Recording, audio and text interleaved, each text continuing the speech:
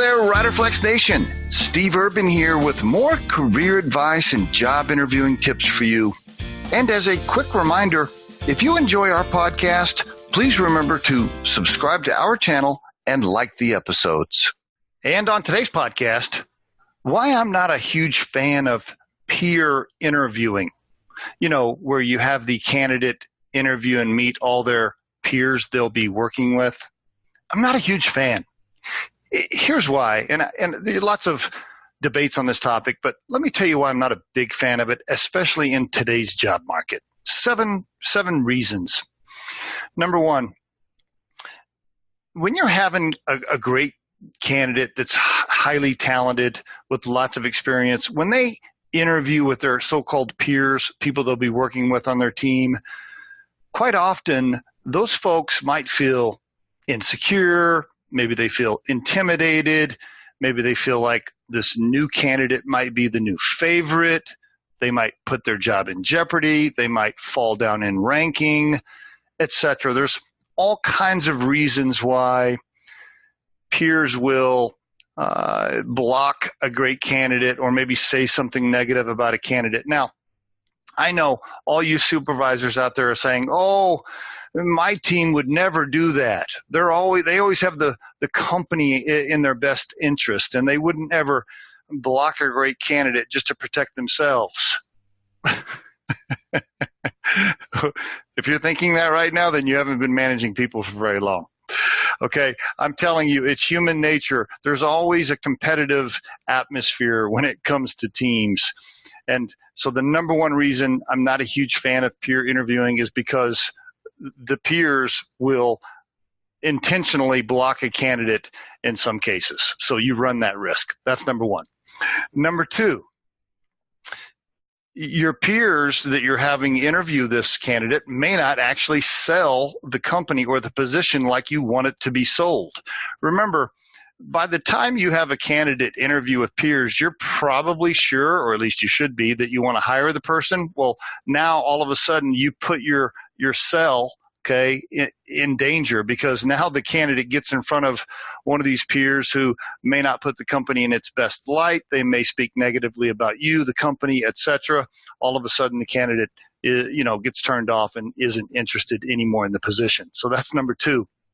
Number three, your people don't have time. If your team has time to sit around and do a bunch of interviews with candidates that they aren't going to be supervising, then I would challenge you to say that your folks have too much time on their hands for the most part. So what happens is teams, they feel rushed. It gets unorganized. The candidate doesn't feel comfortable because they know when they're meeting these peers, they really don't even have time to mess with it for the day. So often it feels rushed and kind of like they're scrambling. Number four, candidate exhaustion. Remember, especially if the candidate came from a recruiting firm, remember the recruiting firm has already put the candidate through the ringer to a certain degree, 1 or 2 or 3 or 4 conversations. Then the candidate met with you, the hiring manager. They met with human resources probably. They're already getting worn out by the process. Okay, so they've already been through a ton of interviews. So you run the risk of the candidate just saying, forget it, I'm done. I'll move on. I got other offers. I don't need to interview with 30 people to get this job. So that's number 4. Number 5, trying to have candidates interview with too many people and all of their peers, it just slows the process way down. It takes time to schedule it. People are on vacation or you can't get it set with everybody's calendar. It just slows the process down. It drags it through the mud. And in today's market, man, you have got to move fast. I mean, it is a candidate's market. If you're an employer or a company or a hiring manager, you do not have time to mess around. You get a good candidate in front of you, you better pull the trigger fast, because if you don't, somebody else will. So that's number 5. Number 6.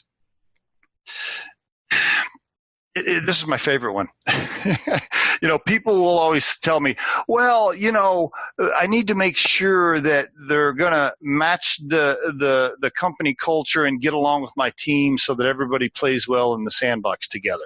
That's one of the big reasons people say they need to interview with all their peers. And the entire team needs to sign off on a candidate. Here's my challenge to you as a supervisor if you're listening to this podcast.